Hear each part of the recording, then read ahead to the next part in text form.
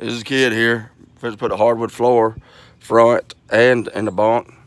Got everything pulled out. You see a little bit of corrosion. Don't let it scare you. In case y'all are interested in doing hardwood floor in your truck. Trucks a couple years old, they're gonna have that, especially a Peterbilt. Peterbilts are well known for oxidation and stuff like that. It's just ground issues and the type of aluminum they use. Before I put the hardwood floor down, you can see there's some black spots through here. And it's still wet. I'm putting down, I done scraped it, vacuumed it up, washed it out with a water hose. In that corner there's still a few more dust particles in there. Underneath your pad, I'll show you your pad if you're just wondering what that is. That's a pad. You collect dust. It don't matter if you run reefer, what you run, you're gonna collect dust. You can see my clutch pedals off. My pad actually come off over all that. That, of course, is unbolted. I'll leave that unbolted. But I'm going to put dynamite down here, sound suppressor. I've already did it up there underneath up that part of the dash. I'm going to pull the headliner out. That's off. All the interior is supposed to be cowhide. I'm going to do that last. As far as the interior goes, I'm going to get the interior done, and we're going to start painting it. And I've got a cat engine I'm going to start building and putting in here. 3406 5UK motor. A lot of people don't like them. I'm a big fan of them. That's the motor actually before the C15. And that's the good motor before the C15. Twin turbo motor. Come out. That's the one that took the place of the 5EK or 3406. This, of course, be a single turbo. It come factory single turbo. I'm going to hop it up a little bit. But I'm going to take them eyes out, and that's where your seatbelt anchors for your seat goes. Them are coming out. When I do it, I'm going to do the seatbelts completely out of the floor. And I'm going to replace all the air plumbing like this right here. Got no where you see it's gone. There's one piece of a seat bolt that's gone. I might take a grinder or hold it, I think, because I had to pop my seat off of it because it's just corrosion. I mean, the truck ain't eat up with rust or nothing like that. It's just simple Peterbilt corrosion. You got a truck, Pete, 2 or 3 year old, you pull the floor mat up, it'll freak you out. But don't let it freak you out. These floors are pretty solid. They're double ply floors. Like I said, I'm gonna put a floating floor in here. I'm gonna mount this corner here and that corner over there, and then I'm gonna mount up here and right here, and then the rest of the floor float besides where the seat goes.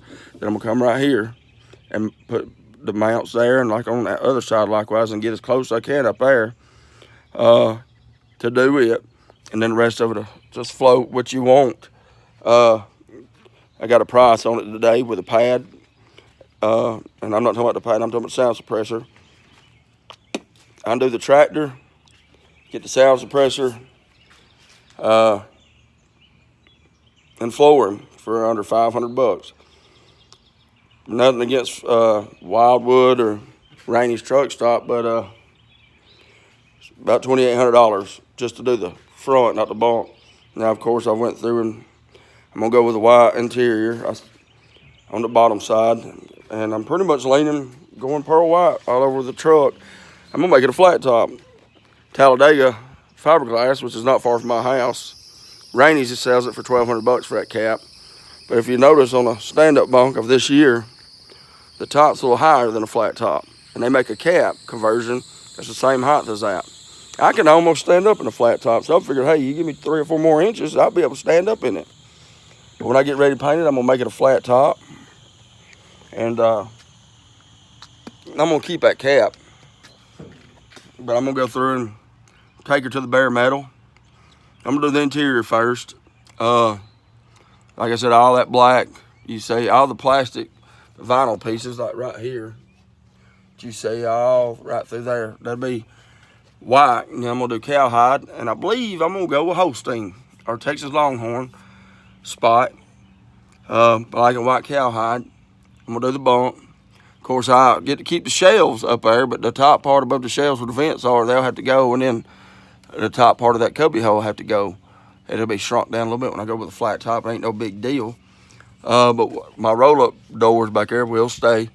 I done measured and pulled everything up. That's actually about, if you look right there where my shelves are, is about where the cap top will be. So the top of the cap actually hit that.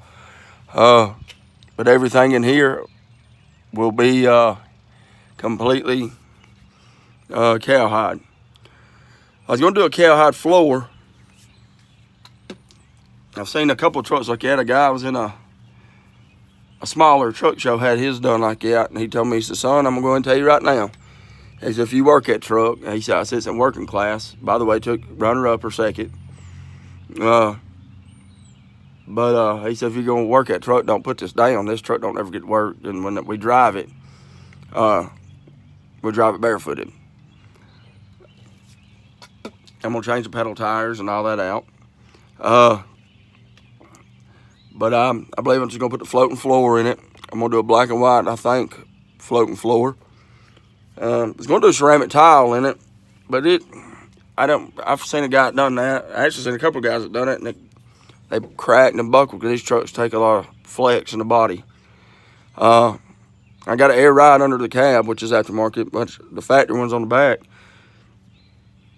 But still, I'm going to put a floating floor in it and be done with it. And hopefully going to do that next week or the weekend after next.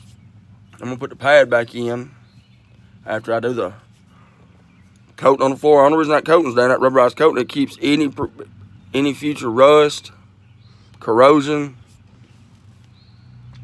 from happening. And that's why I'm doing it. I've did it around all the corners. You can see down there. I'm going to go back over it with about 3 more coats.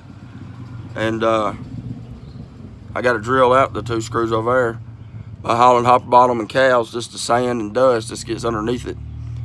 There ain't nothing you can do about it. Like I said, you can pull a reefer and never get your truck hardly ever dirty. But dust from the road, running up down the highway and stuff, comes through your air vents, which is over there, and blows up underneath it. It looks like it ain't moving, but it's got some airflow. Right there, you see that little gap in between, right through there. There's a little airflow that comes through there around your trap for your sleeper. You got vents, like right there. Airflow comes up through. There's actually a hole underneath there that lets fresh air come through. That's all part of carbon dioxide and stuff, where they try to counter out the carbon dioxide from when you sleep in it with it running. But more or less, I just want to kind of demonstrate what was going on and show you what to expect when you do pull your mat out. My mat's in really good shape. I was very, very impressed. None of the padding's tore out from underneath it. But it won't be in here but another week or 2. And then it'll come completely out. But this is kid. Keep God, and like Scooby-Doo says, keep God in everything you do. I'm a firm believer in that. My family will continue praying for y'all. Y'all continue praying for us. Follow Scooby-Doo and follow Trucking Stuff. Highly recommend them guys. They know their stuff. They know their knowledge. Got any questions? I like to think I can help, but there might be something I can't help with. But if you can like and subscribe, I can't go live no more. But if you can like and subscribe to where I can go live, I'd appreciate that. If not, hey, I appreciate you watching this video. Y'all have a blessed day. This is Kid, and I'm out.